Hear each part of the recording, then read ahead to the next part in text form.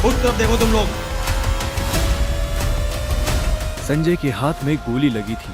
वो और अभिनव रात के अंधेरे में एक पतली सी गली में छुपे हुए थे। अच्छा बेटा, जल्दी बाहर आ जाओ। अभिनव, मेरी बात सुन बेटा, तुम यहाँ से भाग जाओ वरना ये लोग तुझे भी मार डालेंगे। बाहर सड़क पर उनकी गाड़ी खड़ी थी और उसी गाड़ी के पास खड़ा था राणा। अभिनव, बाहर आओ बेटा, समझ के जिसने संजय को गोली मारी थी। नहीं पापा, मैं आपको छोड़ के नहीं जाऊंगा। जिद मत कर अभिनव। बेटा देख, मैं तो अपनी जिंदगी जी चुका हूँ। अब जो भी करना है तुम्हें करना है, सब कुछ तुम्हें संभालना है। और मेरी बात सुन, एक बार यहाँ से जाए उसके बाद दोबारा मुड़ के मत देखना, ठीक है? संजय ने कहा और अपनी उंगली में से एक सोने की अंगूठी निकालकर अभिनव को थमा दी। उस पर टी लिखा हुआ था। और एक बात हमेशा याद रखना, अपनी आखिरी सांस तक लड़ना है, समझ गया ना टाइगर? संजय ने अभिनव के माथे को चूमा। Run tiger, run tiger run! और अपनी बंदूक लेकर उन लोगों का सामना करने के लिए गली से बाहर निकल गए। संजय जैसे ही अपनी गाड़ी के पास पर बंदूक तान ली। टाइगर! इस कमीने का चेहरा मत भूलना!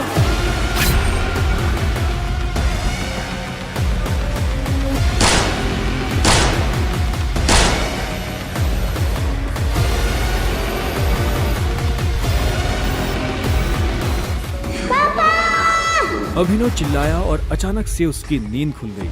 पसीने में तरबतर अभिनव अपने बिस्तर पर उठकर बैठ गया और गहरी सांसें लेने लगा। 18 साल, पिछले 18 सालों से ये सपना इसी तरह से अभिनव को परेशान कर रहा था। अभिनव ने पहले अपनी उंगली में पहनी उस अंगूठी को देखा और फिर बाथरूम की तरफ बढ़ने लगा।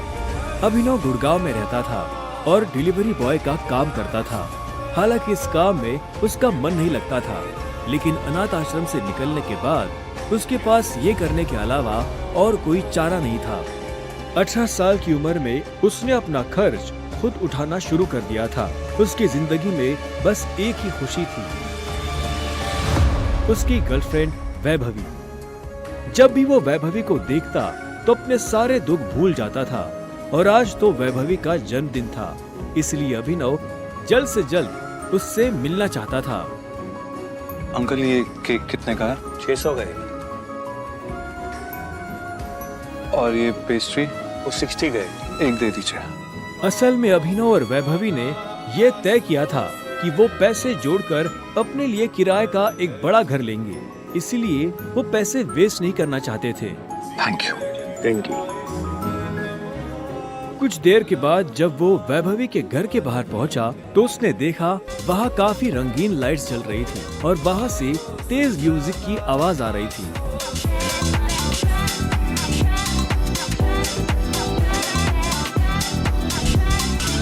वैभवी, ये सब क्या है? ये कौन है वैभवी? देख नहीं रही है, डिलीवरी बॉय है। पर हम तो केक मंगवा चुके थे ना, फिर तूने पेस्ट्री क्यों मंगवाई? ओह, याद आया, ये तो वही डिलीवरी बॉय है ना जिसको तू डेट कर रही थी।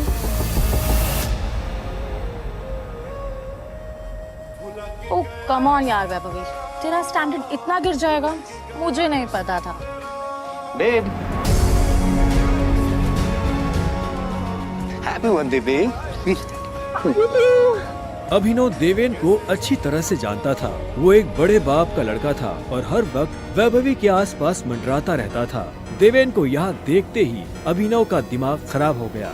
उसके हाथ में एक बड़ा सा गिफ्ट था। उसके आगे अभिनव के हाथ में लटकी पेस्ट्री की थैली कुछ भी नहीं लग रही थी। मेरी वैभवी को छूने की तेरी हिम्मत कैसे? Stop it.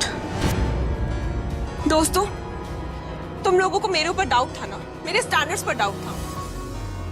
अब बताती हूँ मेरे स्टैंडर्ड्स क्या है। मैं तुमसे ब्रेकअप कर रही हूँ। और नहीं तो क्या, बेचारी कब तक तुझ जैसे गरीब के साथ ऐसी आधी पेस्ट्री खाती रहेगी। साला तेरी हिम्मत कैसे? तेरी तो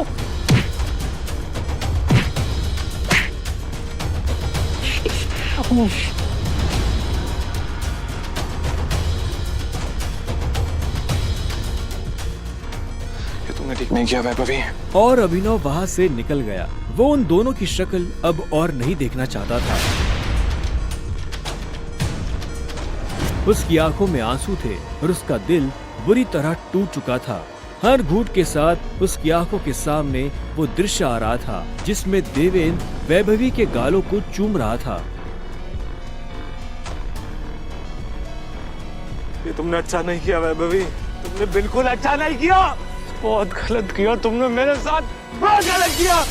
अभिनव धोखे के नशे में डूबकर बेहोश हो चुका था, लेकिन उसके लिए ये रात यहाँ खत्म नहीं होने वाली थी। उधर जब अभिनव सड़क चैन हो रहा था, सनी सिंह की बहन अनन्या उसके गले का कांटा बन गई थी। सनी अपने दादा हरदेवपाल सिंह की नजर में आने के लिए और अनन्या को रास्ते से हटाने के लिए कुछ भी कर सकता था, और आज वो अपनी गाड़ी में अपने आदमियों के साथ निकल पड़ा था अपनी बहन को सबक सिखाने के लिए।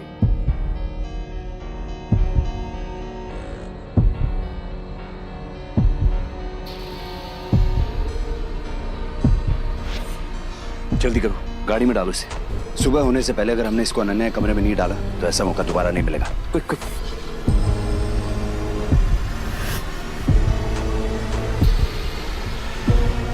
सनी के आदमी अभिनव को उठाकर सीधा रूम नंबर 409 में घुस गए। इसके कपड़े उतारो और बेड पे लिटाओ उसको। कपड़े उतारो इसके। उन्होंने अभिनव को बहुत आहिस्ते से उस बिस्तर पर लेटा दिया। वहाँ पहले से सनी की बहन अनन्या सोई हुई थी।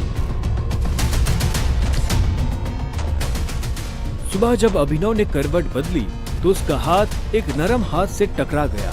अभिनव की नींद टूटी और उसने देखा कि वो एक अनजान लड़की के बगल में लेटा हुआ था।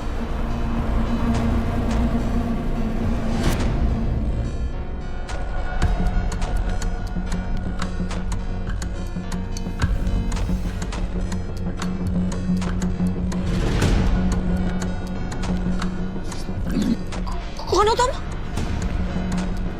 तुम मेरे कमरे में क्या कर रहे हो? तुमने मेरे साथ क्या किया? अबे वो भी इस हाल में। छी छी छी छी छी छी छी। शेम ऑन यू बहना, मुझे तो तुम्हारे कैरेक्टर पर हमेशा से डाउट था।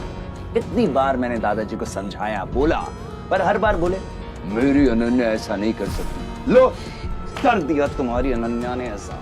अब पता है दादाजी को उनकी पोती की ये जो रंग रलियां चल रही है इनका से लाइव टेलीकास्ट दिखाने के लिए मैंने उन्हें यहाँ बुला लिया।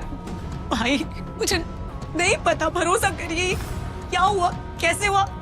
मैं जानती तक नहीं इस लड़के को, नहीं जानती भाई। मैं भी, हम दोनों के बीच में कुछ भी नहीं हुआ। नहीं। इससे पहले कि अभिनव सफाई देता, अनन्या और सनी के दादा हरदेवपाल सिंह कमरे में पहुंच चुके थे। उनके पहनावे से समझ आ रहा था कि वो बहुत अमीर आदमी थे। अनन्या को इस हाल में देख उनकी आंखें गुस्से में लाल हो गई थी। मुझे तुमसे ये उम्मीद नहीं थी। दादाजी, आप जैसा सोच रहे वैसा बिल्कुल नहीं है। अनन्या, तुम्हें अच्छे से नियम पता थे, फिर भी तुमने सारे नियम तोड़ दिए। नहीं दादाजी, नहीं। और तू? जब अभिनव की नजर हरदेव से मिली तो उसे लगा कि वो अपनी आंखों के सामने मौत देख रहा है। तूने मेरी पोती के साथ रात गुजारी है ना? आज से हमारे परिवार के कानून के हिसाब से तू सिंह परिवार का दामाद है। क्या? उन दोनों के बीच में लेकिन कुछ हुआ ही नहीं है। दादाजी, कुछ नहीं हुआ है। कुछ नहीं किया ना तुम दोनों ने? तो क्या ये था?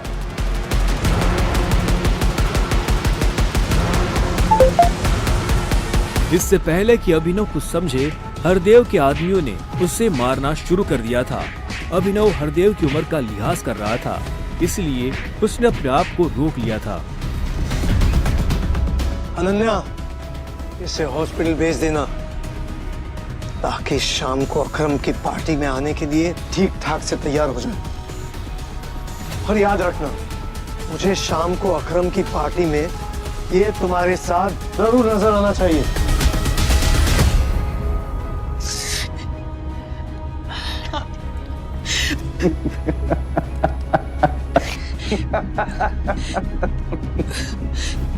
क्यों मेरी जिंदगी बर्बाद कर दी तुमने?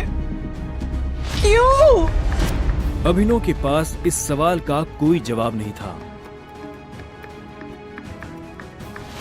वहां जाकर अभिनव शाम को होने वाली पार्टी के लिए तैयार होने लगा। उससे हरदेव और उसके आदमियों का डर नहीं था।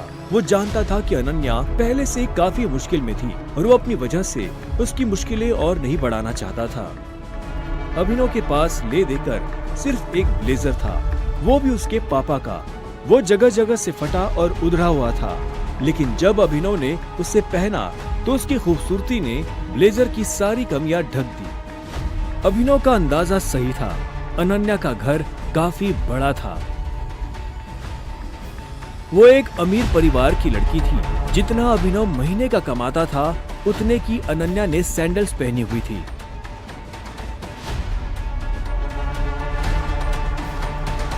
अनन्या की आंखों में दिख रहा था कि वो अभिनव से कितनी नफरत करती थी। अभिनव भी पार्टी में इतने बड़े लोगों के बीच जाने से घबरा रहा था। उसी घबराहट में उसने कब अपने पापा की अंगूठी को उंगली में गोल गोल घुमाना शुरू कर दिया, उसे पता ही नहीं चला।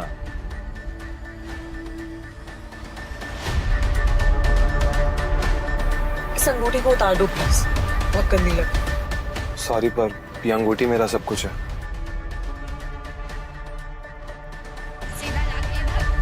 अकरम का घर किले जैसा था, जिसके चारों तरफ बाउंसर्स बंदूकें लिए खड़े थे। जैसे ही अनन्या और अभिनव अंदर आए तो इतने में उसकी नजर देवेन से टकरा गई।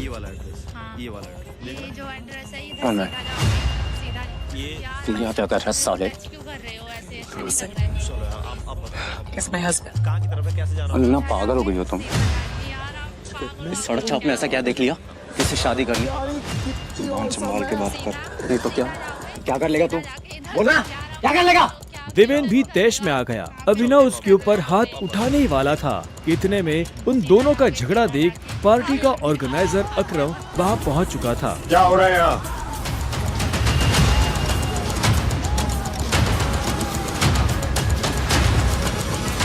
अकरम सर, देखिए इस आदमी, ये क्रिमिनल है, जबरदस्ती आपकी पार्टी में घुसा है। अब तो मैंने हाथ भी नहीं रखा यार। इधर आओ। बताओ चलो, थोड़ा जल्दी बताओ, मेरे को जाना है, मेरी गर्लफ्रेंड वहाँ पे वेट कर रही है। कौन हो तुम और यहाँ कैसे आए? एक्चुअली ये मेरे पति है। अकरम को अनन्या की बात पर विश्वास नहीं हुआ। तुम इस पार्टी में इनवाइटेड नहीं हो। इससे पहले कि मैं पुलिस को बुलाऊं, चले जाओ यहाँ। Thank you Akram sir. पर अनन्या, तुम भी इससे दूर रहो, साला गरीब कहीं का। रुको।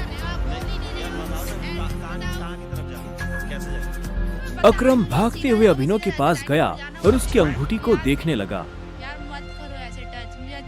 मुझे तुमसे कुछ जरूरी बात करनी है, अकेले में। अच्छा, चलो।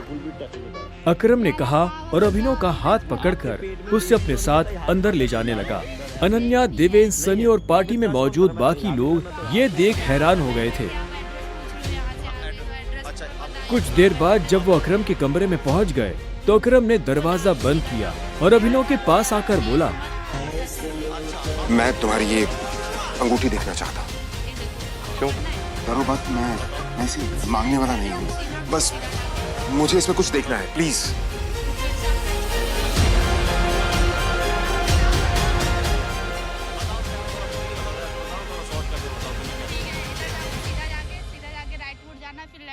टाइगर,